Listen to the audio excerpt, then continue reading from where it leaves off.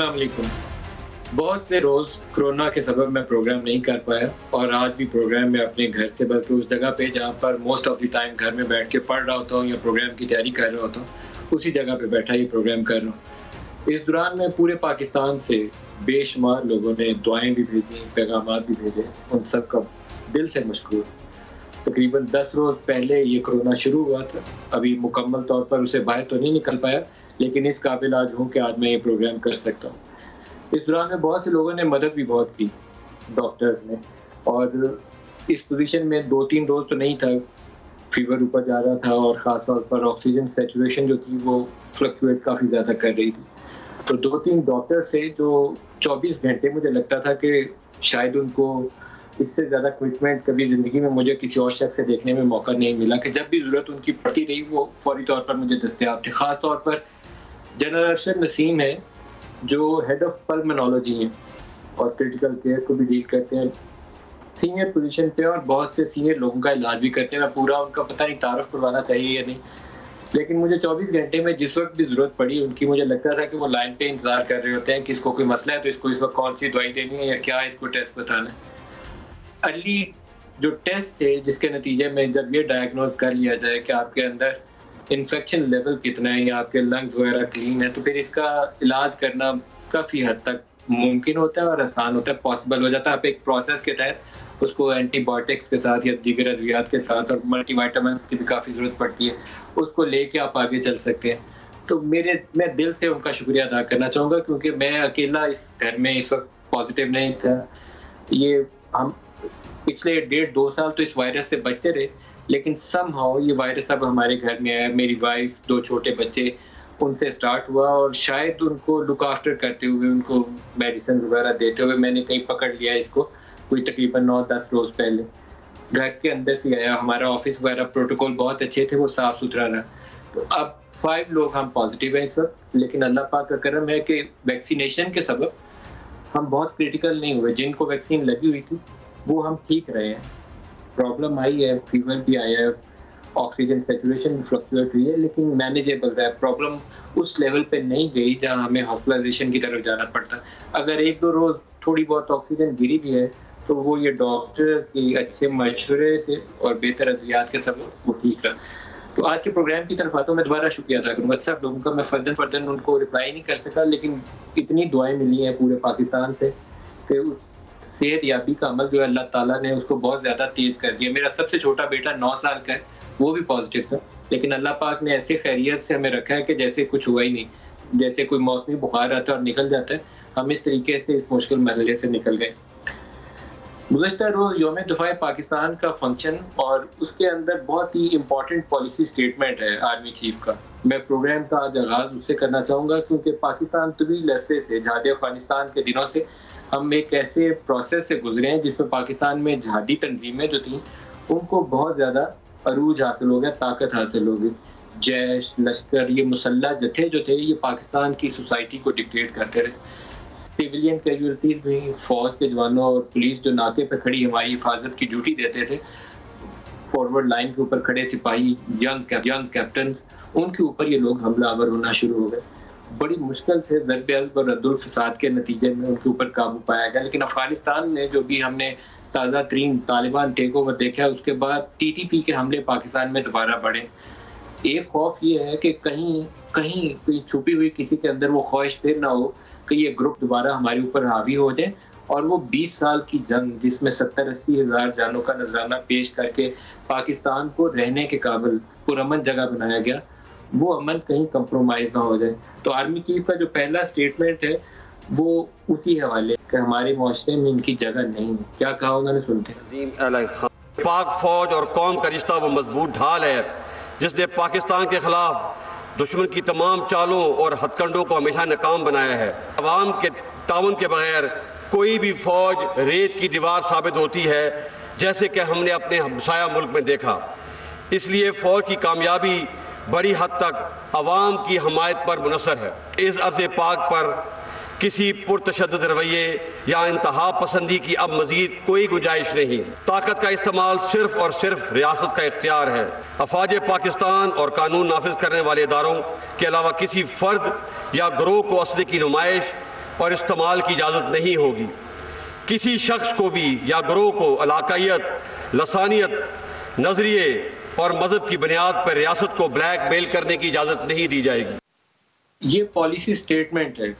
अगर बाजवा डॉक्ट्रिन पहले एक खबर छापी गई मुख्तलिफ जगहों पे ब्रीफिंग इस पे है, लेकिन अगर बाजवा डॉक्ट्रिन अगर किसी चीज़ को नाम देना तो इस स्टेटमेंट को देना चाहिए कि किसी मुसल्लह जत्थे की, किसी असला बरदार की पाकिस्तानी माशरे में रियासत के अलावा गुंजाइश नहीं, और फौज अवाम की हमायत के बगैर वो रेत की दीवार साबित होती। बहुत इंपॉर्टेंट स्टेटमेंट है, इसको सुनहरी रूप से लिखना चाहिए। और इसका अगला हिस्सा वो उससे भी ज़्यादा अहम, फौज पाकिस्तान में सिर्फ उस मौके के ऊपर कंट्रोवर्शियल रही जब कोई मिलिट्री टेक ओवर होता था, जनरल मुशर्रफ था, जनरल ज़िया था, उसके अलावा कभी फौज के खिलाफ वो रद्दअमल नहीं होता।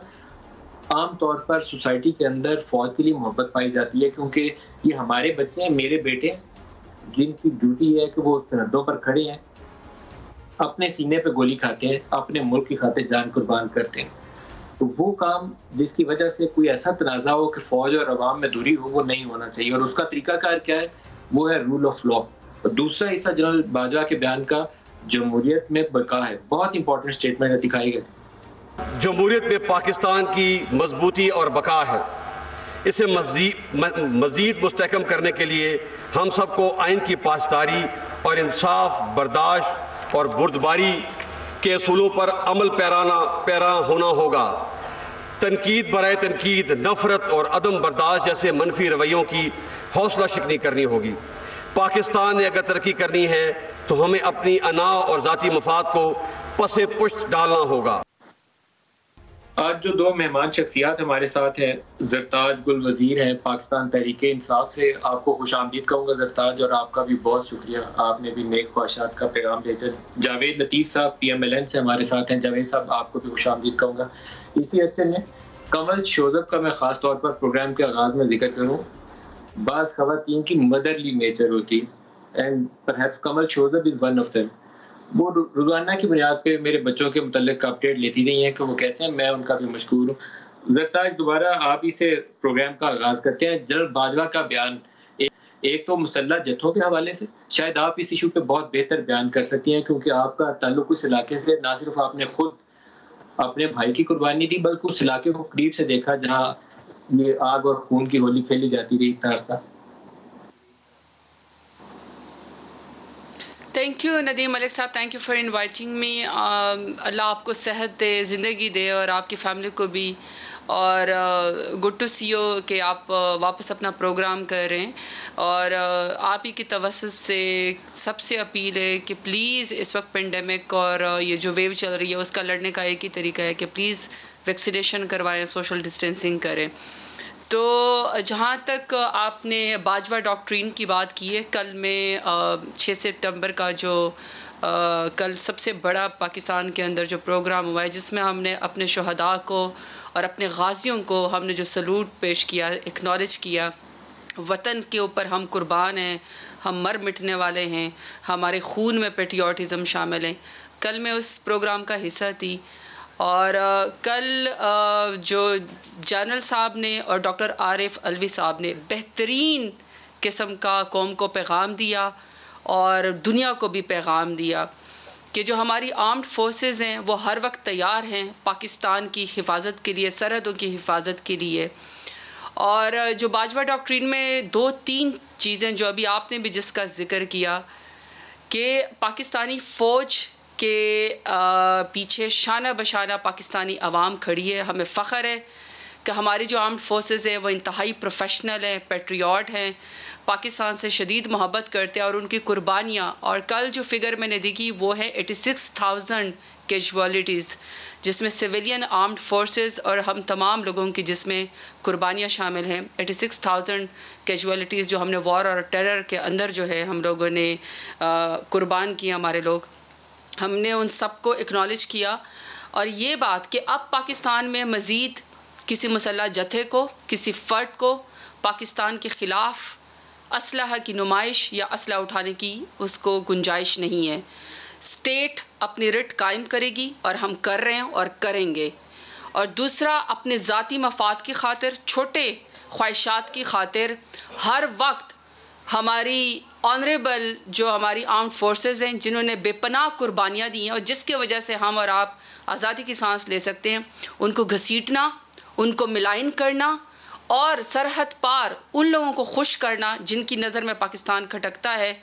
इसके अंदर उन्होंने फ़ेक न्यूज़ का भी जो है वो ज़िक्र किया कि किस तरह पाकिस्तान के ख़िलाफ़ एक 5th जनरेशन या हाइब्रिड वॉर के ज़रिए, किस तरह फ़ेक अकाउंट्स के ज़रिए पाकिस्तान के ख़िलाफ़ एक मनगढ़ंत और झूठी और फ़ेक न्यूज़ की कहानी जो है वो पाकिस्तान के ऊपर मलबा डाल दिया जाता है। और इसके अंदर अंदरूनी तौर पर भी कुछ अकाउंट्स शामिल होते हैं। और मैं आपको पर्सनल एक्सपीरियंस नदीम मलिक साहब बताती हूँ कि पिछले दिनों जब अफ़गान वाक़या जब ये सारा हुआ, जिस तरीके से अमेरिका यहाँ से जा रहा था या नेटो फोर्सेस, सैंक्शन पाकिस्तान के नाम से एक दुनिया से एक ट्विटर अकाउंट जो है वो स्टार्ट हुआ हैशटैग। अनफॉर्चुनेटली उसके अंदर पाकिस्तान के अंदर से एक पॉलिटिकल पार्टी से और कुछ इवन एक दो MNAs थे, उन्होंने जो ट्विटर अकाउंट में सैंक्शन पाकिस्तान में से लिया, उन्होंने उसको डिलीट किया। लेकिन एक पॉलिटिकल पार्टी के लोग भी उसके अंदर शामिल थे, मज़ीद अपनी ज़ाती ख्वाहिशात की खातिर, मफाद की खातिर। जब PMLN के लोग उसमें शामिल थे। कौन इसमें PMLN के लोग शामिल थे। जी PMLN के लोग शामिल थे सैंक्शन पाकिस्तान में ट्विटर अकाउंट से। और इसी तरीके से EU लैब में जो MNAs भी थे, कौन सा MNA था उसमें? नहीं MNA जो थे वो इंडिपेंडेंट थे और लेकिन उन्होंने फिर वो ट्विटर जो है वो जो उन्होंने ट्वीट की, उन्होंने फिर उसको डिलीट किया। लेकिन मज़ीद मलिक साहब, मज़ीद जो जनरल बाजवा साहब ने कहा, मज़ीद अब इस चीज़ की गुंजाइश नहीं है। बहुत हो गया कि पाकिस्तान के शहदा को, पाकिस्तान के गाजियों को, पाकिस्तान के आर्म्ड फोर्सेस को, पाकिस्तान के इदारों को, जजेस को सिर्फ इसलिए कि आपसे कुर्सी छीन गई है, सिर्फ इसलिए कि आपके ऊपर करप्शन के केसेस हैं, सिर्फ इसलिए कि आपको हुकूमत पसंद नहीं है। खुदा का वास्ता, आप हुकूमत से नफरत करते हैं, आप PTI से नफरत करते हैं, आप प्राइम मिनिस्टर इमरान खान से नफरत करते हैं, वो बजाय क्योंकि आपको हमने शिकस्त दी हुई है। लेकिन आप स्टेट से, आप पाकिस्तान से तो नफरत का इजहार न करें कि जब आप पाकिस्तान से नफरत का इजहार करते हैं सिर्फ अपनी जाती अदा की खातिर, उसका फायदा जो है वो आपके हमसाया ममालिक और दुश्मन उसका उठाते हैं। वो तो ये थी कि इस जमीन के ऊपर कानून की हुक्मरानी होगी, कोई मुसल्ला जत्था, कोई बंदूक बरदार नहीं होगा। ये मोस्ट पावरफुल स्टेटमेंट है। रियासत कानून के ऊपर अमल पैरा कराएगी और कोई बंदूक बरदार यहाँ नहीं फिरेगा। आपका रद्द-ए-अमल चाहता हूँ जनरल बाजवा के स्टेटमेंट के ऊपर। देखें नदीम मलिक साहब, पहले तो मैं अल्लाह का शुक्र अदा करता हूँ कि आपने इतनी जल्दी रिकवर किया उस जो बीमारी प्रॉब्लम आपको उसके असरात से आप निकले। अल्लाह आपको सेहत वाली दराजी उम्र दे। अब आ जाएँ जो बात आपने की है ना नदीम मलिक साहब, कि आपने 2 क्लिप सुनवाए बाजवा साहब के हवाले से, और उसमें कोई एक पाकिस्तानी ऐसा नहीं जो उस पर एतराज़ कर सके। सब ये कहेंगे आइन कानून की बालादस्ती होनी चाहिए और आइन ने जो अदारों का एक दायरा का तयन किया है उसमें रहते हुए तमाम अपना अपना काम करें। पाकिस्तान यकीनन तरक्की करेगा, यकीनन अदारों पर लोगों का और एतमाद बढ़ेगा। और बदकिस्मती आप देखें कि मेरी छोटी बहन जो हैं ये किस तरह उस गुफ्तगू को ले रही हैं और किस तरह अपना बयान दे रही हैं।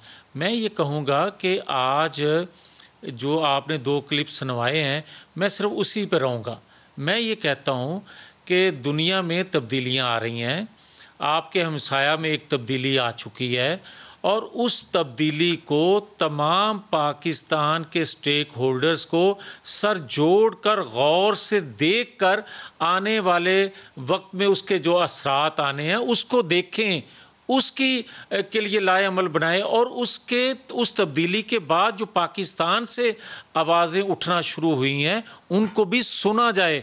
सिर्फ आप का दूसरा हमसाया मुल्क जो है उसको आप ये ना कहें कि वो रो रहा है और वो कह रहा है कि जनाब हमारी इतनी इन्वेस्टमेंट जो थी और आपकी बड़ी तारीफ़ कर रहा है कि जनाब पाकिस्तान जीत गया, पाकिस्तान के अदारों ने बड़ा अच्छा। भाई बात सीधी सी है कि हमारा दुनिया में ख़ास तौर पर आपकी मौजूदगी में 3 सालों के अंदर हम तन्हाई में चले गए हैं।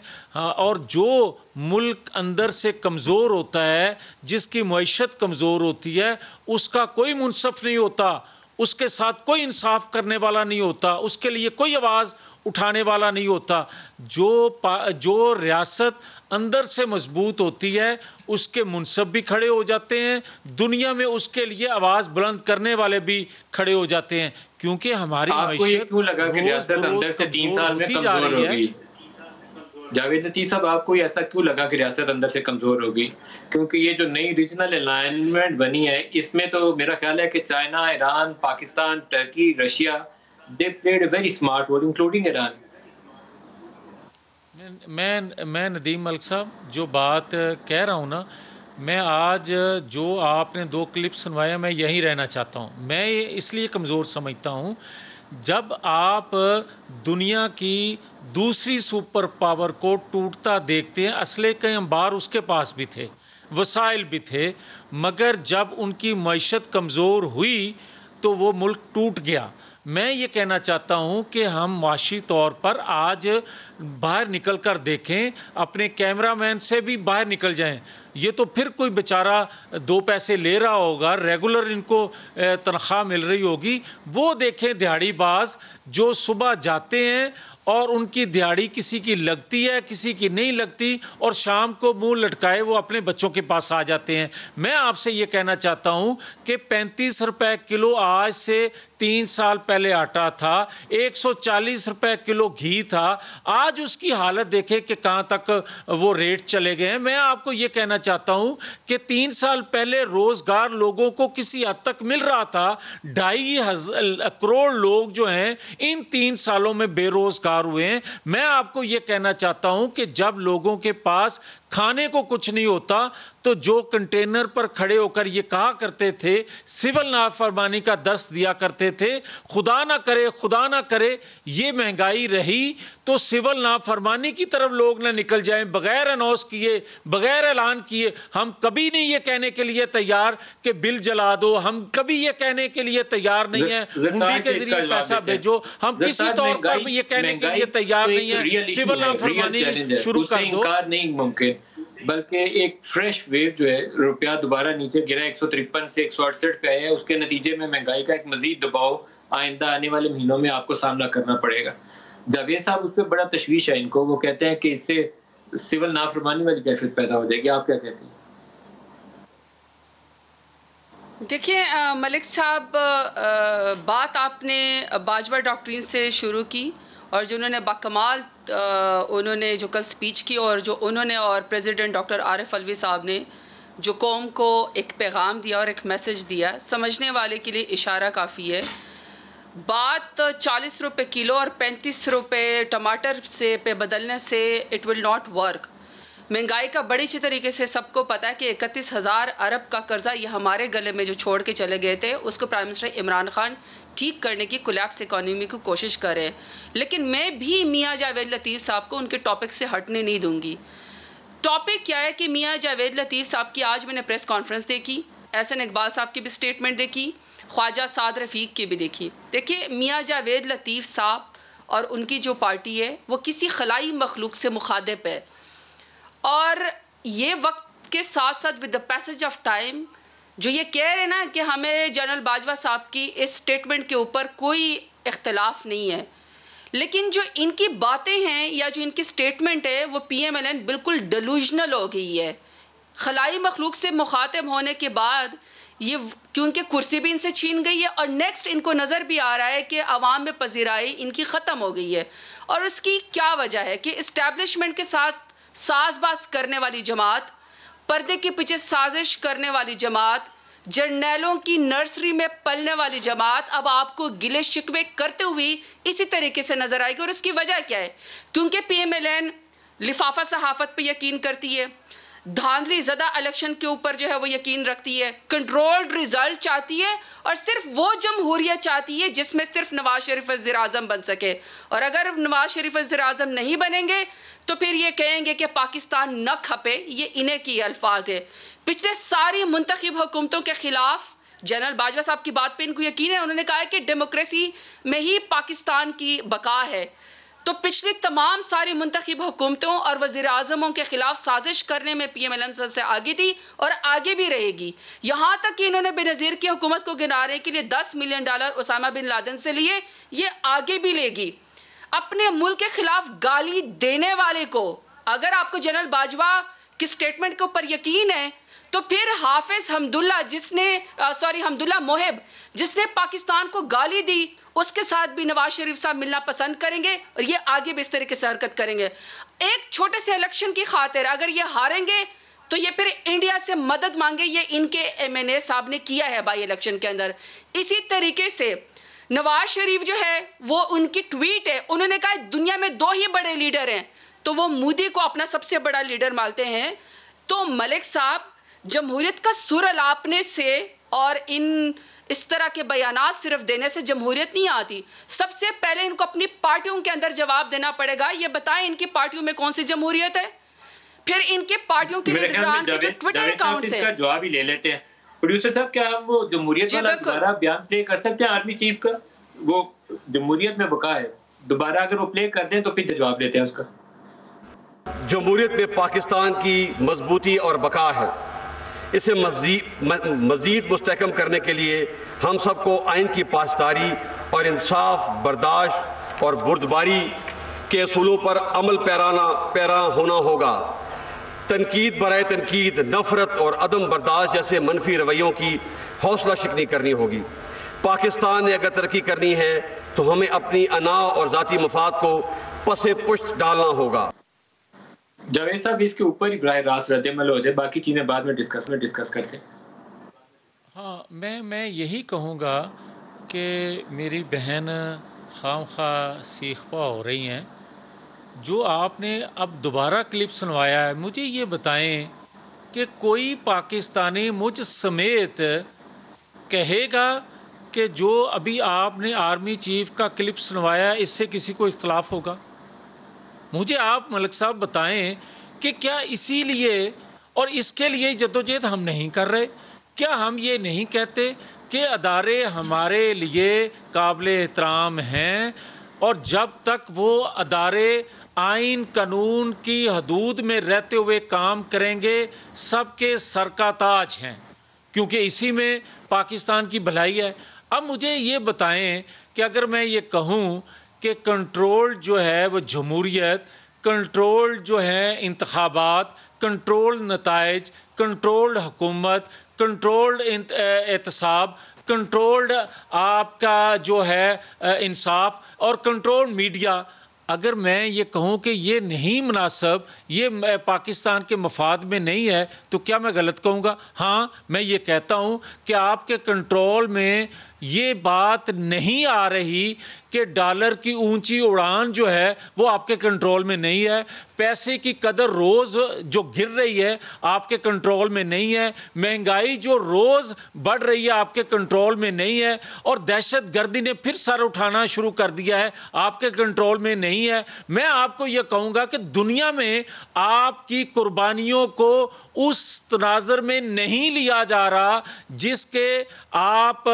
मतकाजी है, और जितनी कुर्बानियां पाकिस्तानी कौम दे चुकी है। मैं क्या गलत कह रहा हूं? और मैं जो बात करता हूं कि क्या पाकिस्तान के अंदर इससे पहले अगर पाकिस्तान में धांधली ज़्यादा इंतखाबात ना होते, पाकिस्तान के अंदर इंसाफ मिल रहा होता, तो मैं या कोई और ये बात कभी ना करता। और मैं अगर आज बात कर रहा हूं तो आपके लीडर इमरान खान साहब 4 साल पहले बात कर रहे थे। बातचीत के ऊपर chief justice Islamabad high court का भी एक स्टेटमेंट सुनाऊंगा, वेरी पावरफुल स्टेटमेंट।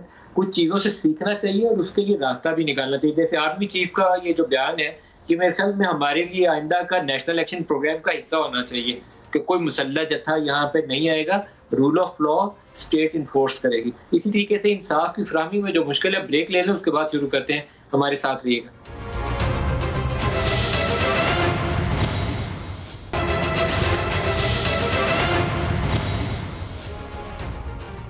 प्रोग्राम में दोबारा खुशामदीद कहते हैं। अभी ब्रेक के दौरान कुछ न्यूज़ अपडेट्स हैं।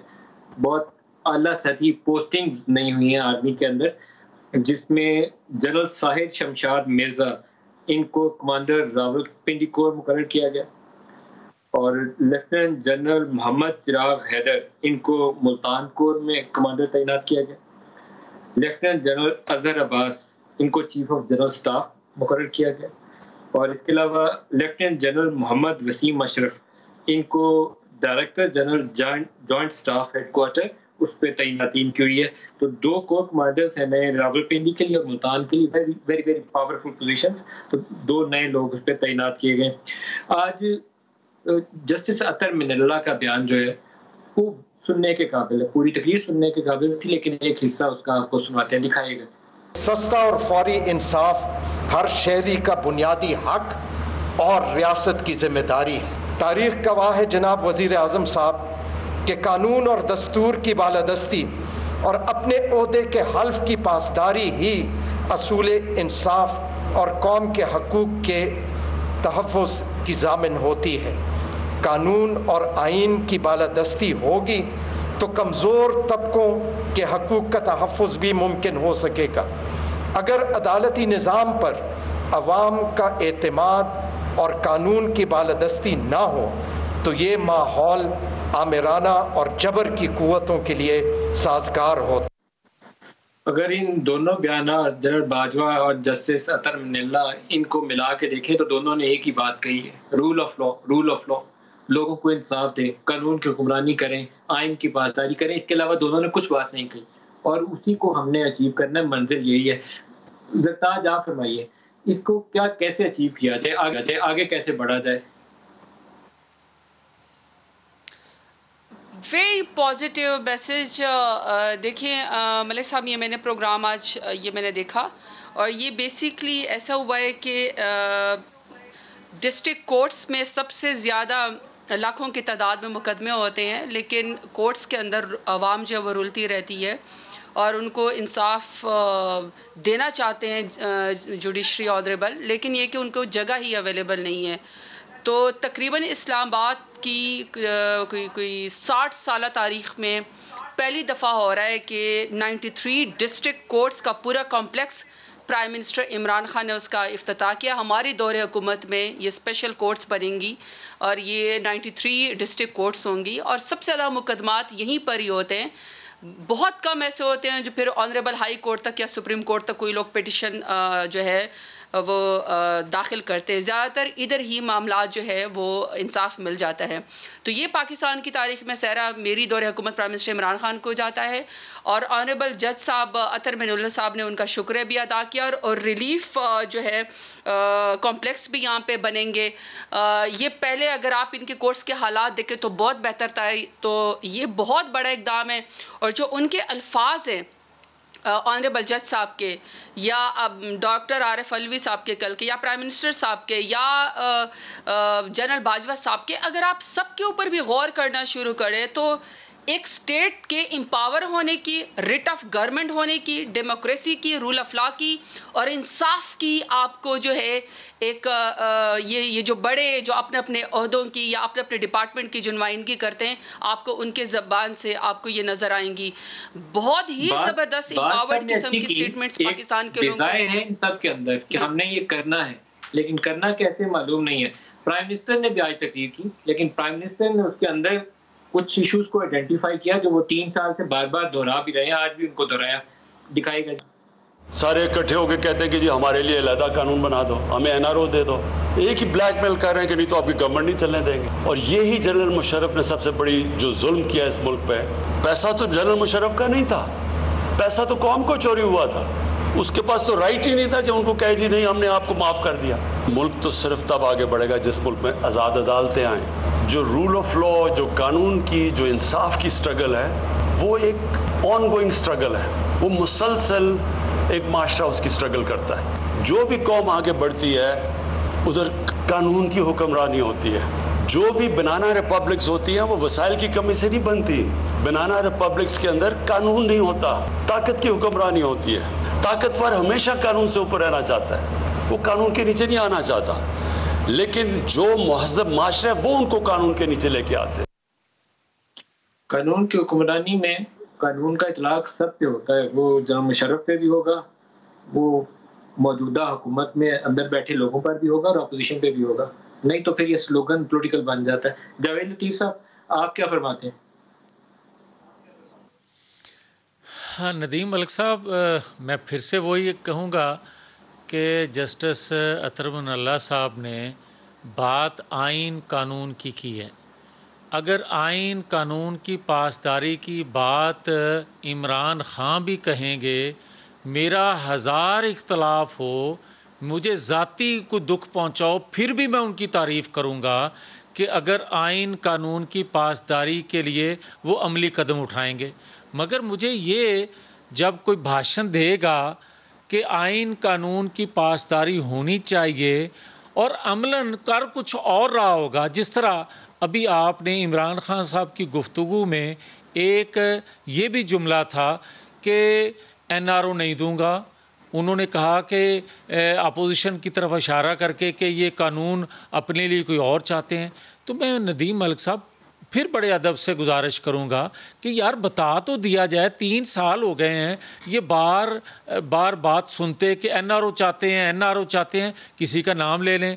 फिर मैं ये अर्ज़ करूंगा कि अगर इनकी हुकूमत ये बार ये भी बात कह रहे हैं कि मेरी हुकूमत को गिराने के लिए कहा जा रहा है, भाई कौन कह रहा है और किससे कह रहा है वो नाम ले दें।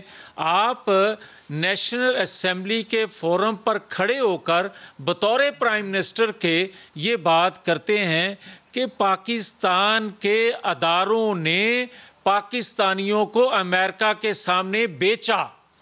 आप ये कहते हैं असामा बिन लादेन के हवाले से जो ऑपरेशन था उसके हवाले से भी आपने बात की।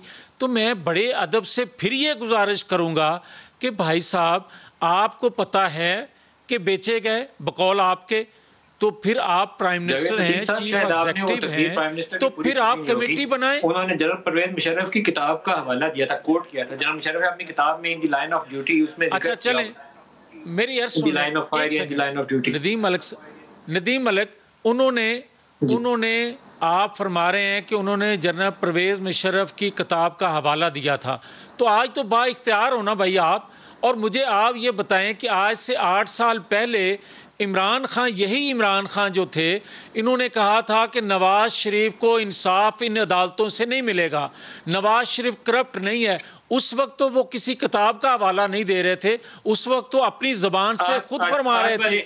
आज अगर आ जाते हैं वो पुराने बयान, तो फिर ना खत्म होने वाले हैं। वो 10 आप निकालेंगे, 10 वो भी निकाल लेंगे। तो फिर मैं ये कहूँगा ना कि आज गलत कह रहे हैं या उस वक्त गलत थे। रूल ऑफ लॉ सब कह रहे हैं, हासिल कैसे करना है? देखिए मलिक साहब, रूल ऑफ लॉ पे हम लोग बिलीव करते हैं। 23 साल की हमने जदोजहद की है। आज उसका अमली मुजाहरा आपको सामने नज़र आया कि 93 डिस्ट्रिक्ट कोर्ट्स का इफ्तिताह प्राइम मिनिस्टर इमरान खान ने और चीफ जस्टिस साहब अतर बिन अल्लाह साहब ने आज किया। और ये इंसाफ की तरफ बहुत बेहतरीन मिसाल है कि आप डिस्ट्रिक्ट कोर्ट्स के लेवल पे जो है अवाम रुलने के बजाय उनके मुकदमात का फ़ैसला हो जाए। मुझे बहुत खुशी और मुझे फ़ख्र है कि प्रैक्टिकल इक़दाम जुडिशरी को स्ट्रॉन्ग करने के लिए मेरी दौरे हुकूमत में हुए हैं।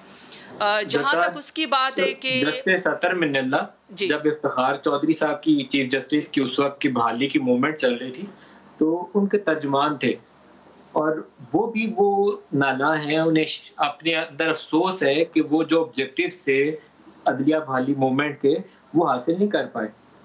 तो ये क्यों है? ये रोड ब्लॉक क्यों है? रुकावट क्यों है?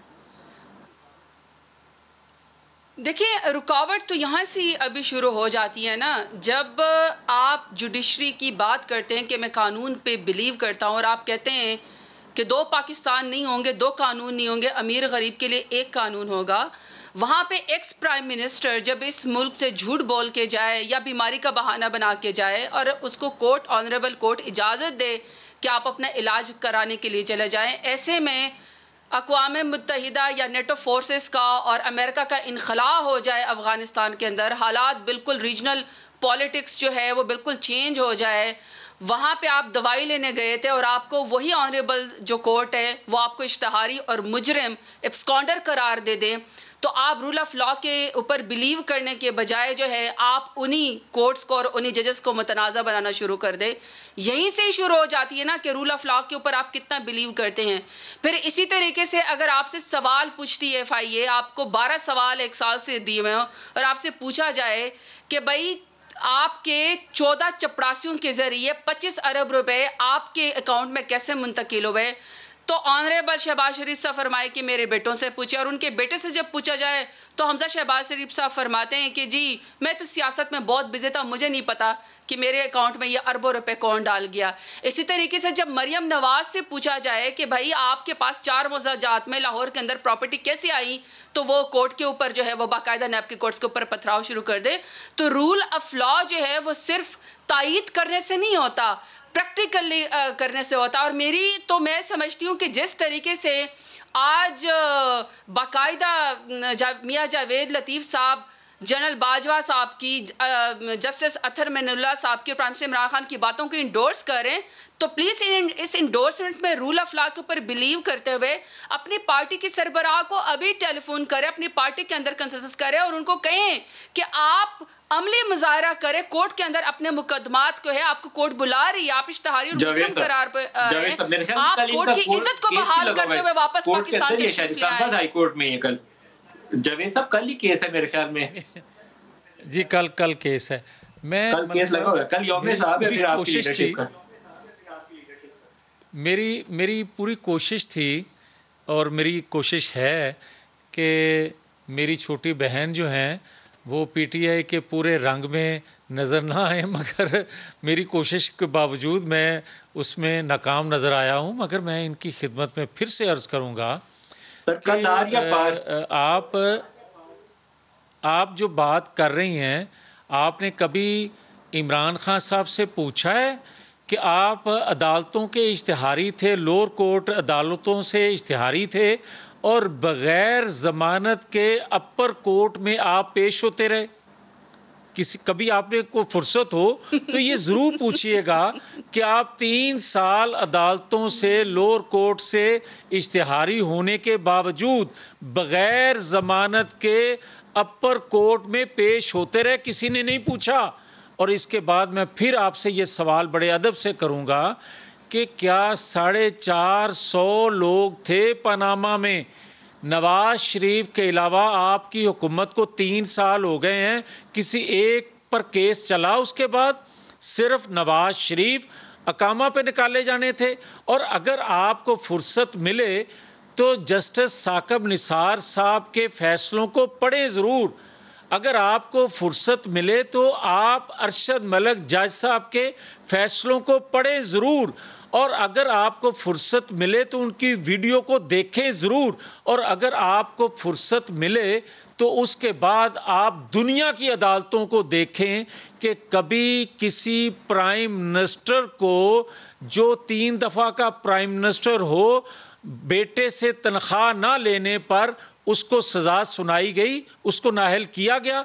और फिर अगर आपको फुर्सत मिल जाए तो फिर इमरान खान साहब से पूछिएगा कि जो माजी में, और दूर का माजी नहीं, मैं 3-4 साल पहले की बात कर रहा था, 5 साल, जो नदीम मलिक साहब ने कहा कि माजी में तो बहुत सी बातें होती रही हैं इसलिए उसको छोड़ दें, मैं नहीं बात कर रहा। मगर मुझे कोई बताएगा कि नवाज शरीफ को जब 93 में पहली दफ़ा निकाला गया तो क्यों निकाला गया था? कोई करप्शन का, कोई मनी लॉन्ड्रिंग का, कोई पनामा का केस था? मुझे कोई बताए कि नवाज शरीफ को दूसरी दफा जब हाईजैकर बनाकर सजा दी गई थी। जो सियासत थी ना, एस्टैब्लिशमेंट की बी टीम बनने की जल्दी सबको होती है। आपको IGI का जमाना अगर भूला ना हो तो 88 से 90 में मोहतरमा की हुकूमत कैसे गिरी थी वो भी आपको बताना चाहिए। जुनीदियों की समझियों के बाद मियाँ साहब का क्या रोल था वो भी बताना चाहिए। फारूक लगारी ने बीबी की समझियाँ क्यों तोड़ी वो भी बताना चाहिए। इसी तरीके से प्राइम मिनिस्टर इमरान खान को वो भी अपना हिस्से का जवाब देना है एक दिन, क्योंकि 2017 के बाद जो पाकिस्तान में तर्ज सियासत रहा है, बहुत सारी चीज़ों में मेरे ख्याल में इमरान खान को एक स्टेज के ऊपर लोगों के सामने वजाहत देनी पड़ेगी। आप लोगों का लंबा सफर होना नहीं चाहिए। रूल ऑफ लॉ और आइन की जब बालादस्ती की बात करें उसमें इससे दूर रहना चाहिए। आपने जो बात की है ना, बिल्कुल सही की है कि हमें अपने गुनाहों का हिसाब देना होगा और अपनी गलतियों का हिसाब हमने मिसाके जमहूरियत में इतराफ़ करने के बाद दिया। मैं आपसे गुजारिश करूंगा कि 99 में जब अभी कू नहीं हुआ था तो उस वक्त इमरान खान और ताहरुल कादरी के इकट्ठे पैनाफ्लेक्स लगी थी, बैनर लगे थे कि पहले एहतसाब फिर इंतखाब। उस वक्त तो कोई पनामा नहीं था, उस वक्त तो कोई करप्शन का स्कैंडल नहीं था, उस वक्त तो कोई मनी लॉन्ड्रिंग, वो किसके कहने पे बैनर लगाए गए थे? और फिर जब मार्शल लॉ लग गया तो फिर एहतसाब कहाँ गया? फिर 2002 में इलेक्शन क्यों लड़ा? ये सारा इनको भी हिसाब देना होगा। जी ठीक है मलिक साहब, जब इतना कोई सीनियर पॉलिटिशियन बैठा हुआ हो ना, मैं समझती हूँ कि एक वक्त आता है कि आपका कहीं पर ज़रूर ज़मीर जागना चाहिए कि आप अपने, अगर आपके ऊपर करप्शन ना हो तो आप अपने करप्ट पार्टी लीडरान को क्यों डिफेंड करते रहते हैं। और मैं PMLN को ये समझने से कासिर हूँ कि एक भगोड़ा लीडर जो लंदन में बैठा हुआ है, जो बीमारी का बहाना बना के गया है, जिसकी दवाई नहीं मिलती है, जिसकी 7 बड़े आज़मों में करप्शन की वजह से, मनी लॉन्ड्रिंग की वजह से उनकी जो है वो केसेस दुनिया के अंदर, वो करप्ट तरीन लीडरान के अंदर आते हैं, उनको ये बैठ के TV पे डिफेंड करते होते हैं। मैं मतलब हैरान हूँ। मैं समझती हूँ कि जब आप 2 दफ़ा 3 दफ़ा मेंबरान पार्लियामेंट बन जाते हैं तो आप जब वोट को इज़्ज़त दो का नारा लगाते ना, तो वोट को इज़्ज़त दो का नारा गेट नंबर 4 के पास नहीं मिलता, अवाम के पास जाने से मिलता है। अवाम के पास तो आप जाना नहीं चाहते क्योंकि आपका अपना लीडर बाहर बैठा हुआ है। मेरे पास प्रोग्राम का खत्म हो गया है। ज़रदाद गुल साहिबा आपका भी और जावेद लतीफ़ साहब आपका भी, दोनों का मैं मशकूर हूँ कि आपने हमें ज्वाइन किया। आज के लिए इतना ही, इजाज़त दीजिए। खुदा हाफ़िज़।